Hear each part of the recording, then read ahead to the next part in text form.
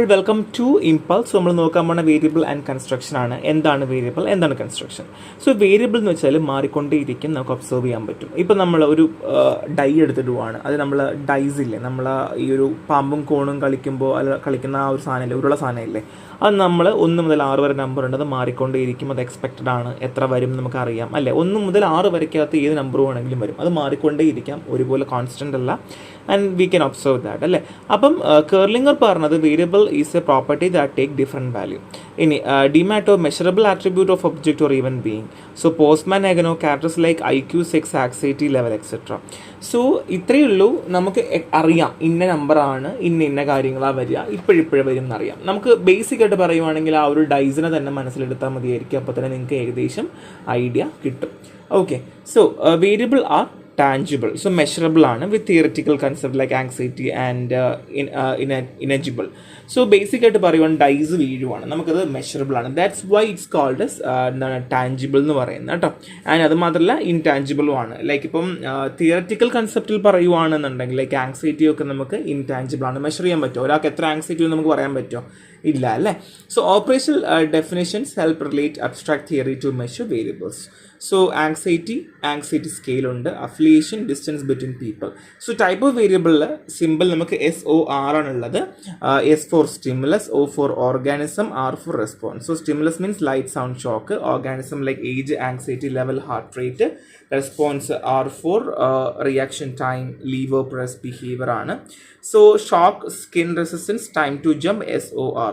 So നമ്മൾ example പറയുവാണ്. So നിങ്ങൾക്ക് വേണമെങ്കിൽ ഷോക്ക് എന്ന് വെച്ചാൽ എന്താണ്? ഷോക്ക് നമുക്ക് എങ്ങനെ വേണമെങ്കിലും വരാം അല്ലേ. ഇപ്പോൾ ഇലക്ട്രിക് ഷോക്ക് ആകാം, അല്ലെങ്കിൽ നാച്ചുറൽ ഷോക്ക് ആകാം. So shock, skin resistance, time to jump is equal to SOR. അതായത് ഇപ്പോൾ നിങ്ങളെ ബോഡിയിൽ ഷോക്ക് അടിക്കാൻ പോവാണ്, അപ്പോൾ നമ്മൾ സ്കിൻ റെസിസ്റ്റ് ചെയ്യും.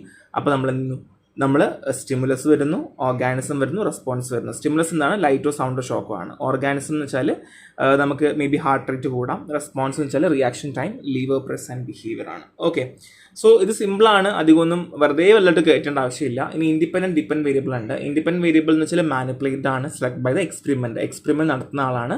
അവിടെ തന്നെ ടൈപ്പ് E ഉണ്ട്, S ഉണ്ട്. E ആണെങ്കിൽ എക്സ്പെരിമെൻ്റലി മാനിപ്പുലേറ്റഡ് ആയിരിക്കും, noise level.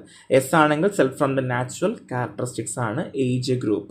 And depend variable DV ഉണ്ട്, observe or measured outcome or response. So നമ്മൾ ഒബ്സർവ് ചെയ്യുകയോ മെഷർ ചെയ്യുകയാണ് ചെയ്യുക ഔട്ട്കം ഓർ റെസ്പോൺസിന്. Measured by frequency, duration, latency and force ആണ്. എക്സാമ്പിൾ മീനിങ് ആണെങ്കിൽ speed of learning, rest break ആണെങ്കിൽ work output, sudden noise ആണെങ്കിൽ ബ്രീത്തിങ് ചേഞ്ച്, ഇങ്ങനെയൊക്കെ. ഇതൊക്കെ എളുപ്പമാണ്. പറയാൻ പോകുന്ന എക്സ്ട്രീനസ് വേരിയബിളും കോഫൗണ്ടിങ് വേരിയബിളും. സോ എക്സ്ട്രീനസ് വേരിയബിൾ എന്ന് പറഞ്ഞു കഴിഞ്ഞാൽ basically unmeasured externally factors affecting DV. അതായത് ഇനിയിപ്പോൾ DV IV എന്ന് പറയുമ്പോൾ തിരിഞ്ഞു പോകേണ്ട. ഡിപ്പെൻഡിങ് വേരിയബിൾ ആണ് DV, ഇൻഡിപെൻഡൻറ്റ് വേരിയബിൾ IV ആണ്. അപ്പോൾ DV കാരണമാണ് ഇവിടെ അതാണ് നമുക്ക് എക്സ്റ്റേണൽ ഫാക്ടർ കാരണം അൺമെഷേർഡ് എക്സ്റ്റേണൽ ഫാക്ടേഴ്സ് ആണ് അഫക്റ്റിംഗ് DV. ടൈപ്പ് ഓർഗാനിസം ഉണ്ട്, സിറ്റുവേഷൻ ഉണ്ട്, സീക്വൻസ് ഉണ്ട്. കോഫൗണ്ടിങ് വേരിയബിൾ ഉണ്ട്. ഇവിടെ ഓവർലാപ്പ് ചെയ്യും, IV-യുമായിട്ട് ഓവർലാപ്പ് ചെയ്യും. അങ്ങനെ കൺക്ലൂഷൻ എപ്പോഴും ഡൗട്ട്ഫുൾ ആക്കുകയായിരിക്കും ചെയ്യുക. ഇപ്പം വലിയ ആൾക്കാരുണ്ട്, കുഞ്ഞു ആൾക്കാരുണ്ട്. ഇവരെ നമ്മൾ വയലൻസ് കാണിച്ചു കൊടുത്തുകൊണ്ടിരിക്കുകയാണ്.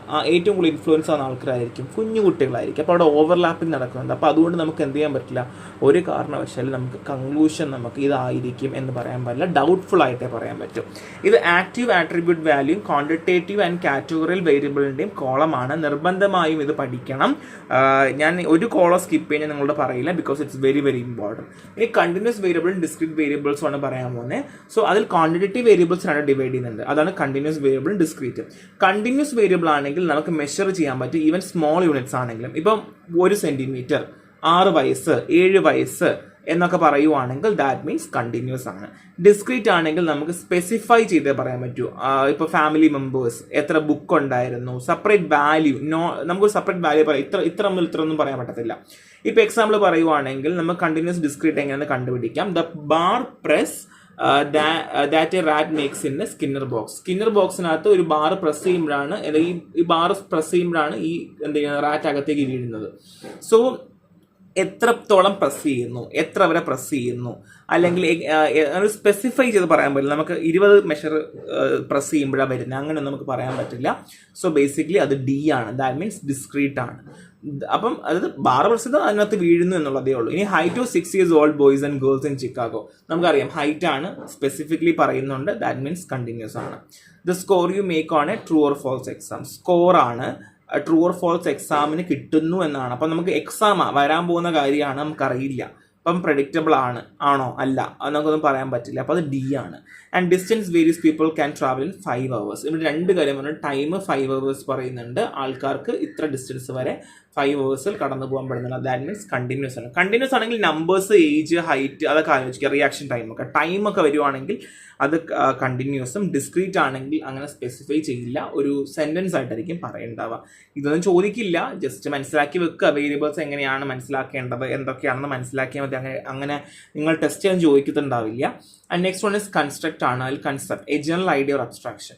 So construct a concept develop or adopt for scientific use in measurable. Scientific യൂസിന് വേണ്ടിയും ആൻഡ് ഇറ്റ്സ് മെഷറബിൾ ആണ്. ഒരു കൺസെപ്റ്റ് ഡെവലപ്പ് ചെയ്തെടുക്കുന്നു എന്നുള്ളതാണ്.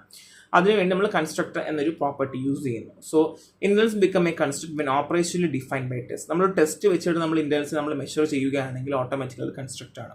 സോ കാറ്റക്സ് എന്തൊക്കെയാണ്? തിയറിറ്റിക്കൽ ഫ്രെയിംവർക്കിന്റെ പാർട്ടാണ്, operationally defined for a measurement. And type of construct തന്നെ ഇന്റർവെൻഡിങ് വേരിയബിൾ ഉണ്ട്, ഹൈപ്പോത്തറ്റിക്കൽ കൺസ്ട്രക്ട് ഉണ്ട്. ഇന്റർവെൻഡിങ് വേരിയബിൾ ആണ് construct that summarise other variable and have no meaning output the context. No meaning output context ആയിരിക്കും. അവിടെ example reaction potential, hostility. Reaction potential means depending on habit, strength and drive ആണ്. Hostility ആണെങ്കിൽ ഇന്റർഫിയർഡ് from the aggressive act. അപ്പം construct അറിയാം, general idea ഒരു abstraction ആണ് concept കൊണ്ട് ഉദ്ദേശിക്കുന്നത്. കൺസ്ട്രക്ട് ആണെങ്കിൽ എന്താണ്, നമ്മൾ അഡോപ്റ്റ് ചെയ്യാണ്, നമുക്ക് ഒരു സയന്റിഫിക് യൂസിന് മെഷറബിളിന് വേണ്ടി അഡോപ്റ്റ് ചെയ്യുവാണ് ചെയ്യുക. അതിനെയാണ് ഇന്റർവെന്നിങ്ങും ആൻഡ് ഹൈപ്പോത്തറ്റിക്കൽ. ഹൈപ്പോത്തറ്റിക്കൽ എന്നാണ് സംതിങ് റിയൽ അല്ലെങ്കിൽ മെഷറബിൾ ആയിട്ട് നമ്മൾ പറയുവാണ് ചെയ്യുക. അവിടെ ഹാബിറ്റ്, സ്ട്രെങ്ത്, റിഫ്ലെക്സ്, IQ ഒക്കെയാണ് എക്സാമ്പിൾ വരുന്നത്. ഇക്വേഷൻസ് കൊടുത്തിട്ടുണ്ട്. K = AC × IQ. ഇത് അതുപോലെ പഠിക്കുക. K is also become hypothetical construct. K hypothetical construct ആവാം എന്നുള്ളതാണ്. സോ അതുപോലെ പഠിക്കുക, വേറൊരു ഓപ്ഷനും ഇല്ല. സിമ്പിൾ ചാപ്റ്റർ ആണ്. ആ ലാസ്റ്റ് വരുന്ന ഒരു ഫോർമുല ഒഴികെ നോക്കിയാൽ ബാക്കി എല്ലാം എളുപ്പമുള്ളതാണ്. നന്നായിട്ട് വായിക്കുക. സോ നെക്സ്റ്റ് ക്ലാസ്സിൽ കാണാം. Thank you.